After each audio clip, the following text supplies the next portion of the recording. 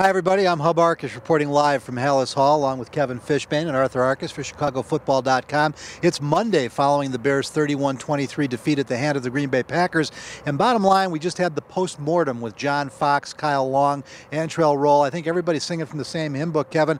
They were close. They feel good about it. They just didn't execute well enough to win. Yeah, I think there is certainly some credit given Aaron Rodgers, but they admitted they made some mistakes both on defense and the offensive side of the ball. I think the biggest takeaway from John Fox and Kyle Long specifically was their problems in the red zone. And there were some opportunities for the Bears to score some points. You think about the first drive, settled for a field goal. The second and goal from the 2, they didn't get any points. And the interception at the 29-yard line. Those are 3 opportunities that could have scored 3 touchdowns. And I think they all acknowledged there were mistakes that were made, and those are things they could fix.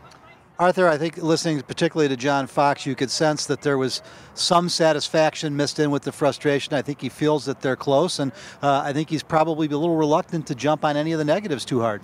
Well, he's went out of his way to tell us this is going to be a work in progress. It's something we all obviously know, but the fact is they were pretty competitive, which is light years from where they were last year. So, yeah, Fox, has said yesterday there's not going to be any consolation prizes here. There's plenty of work left to be done, but he just kind of stressed it's coach speak, but he talked about execution. It goes back to what, Kevin said about their inability in the red zone, and Antrell Roll got into it a little bit on defense. He actually said they needed to be more aggressive. They needed to come up with plays, attack the football. They were in the right spots, weren't able to, close on the deal. John Fox certainly amplified his belief in, trust, and praise for Adam Gase. Thinks he's a great offensive coordinator, but did acknowledge 20/20 hindsight, maybe you don't throw the ball 4 times at the goal line. Yeah, I asked Jay Cutler about that yesterday, Hub, and he said that the defense they saw, you don't run against it, which I don't disagree with when you look at what the Packers are showing, but 4 different times you're not going to run against it. I mean, I think John Fox knew maybe at least one try to see what they could do there, or even if John Fox didn't admit to running the ball, he certainly acknowledged that they could have done a better job of executing and even maybe play calling in that situation. But outside those 4 plays, I thought Adam Gase called a brilliant game against a pretty good Dom Capers defense. Arthur, I got a sense from John Fox. I pressed him a little bit on the inside linebackers. There were questions about the cornerbacks.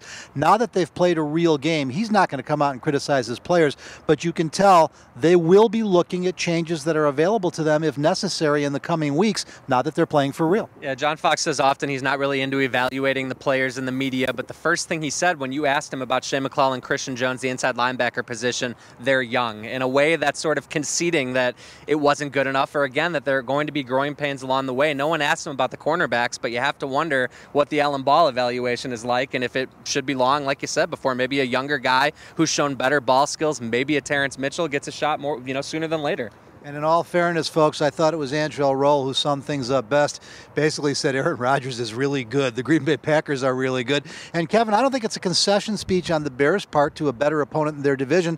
They're just looking at what they're chasing and kind of looking at what they're trying to build towards. Yeah, if they want to be a division champion, that they have to beat their rival. They have to beat the Green Bay Packers twice a season, and they haven't been able to really beat them once for a while. So they acknowledge where they're at, and I think they saw some building blocks, but they realize, I think John Fox said it, we need to be A+ on all 3 phases, and they weren't, and that's why they're 0-1. But there's certainly some things to be optimistic about from a loss like this. And lastly, Arthur, even though they did lose, I should say, both John Fox and Kyle Long went out of their way to point out something we already know but bears repeating. Matt Forte is really good.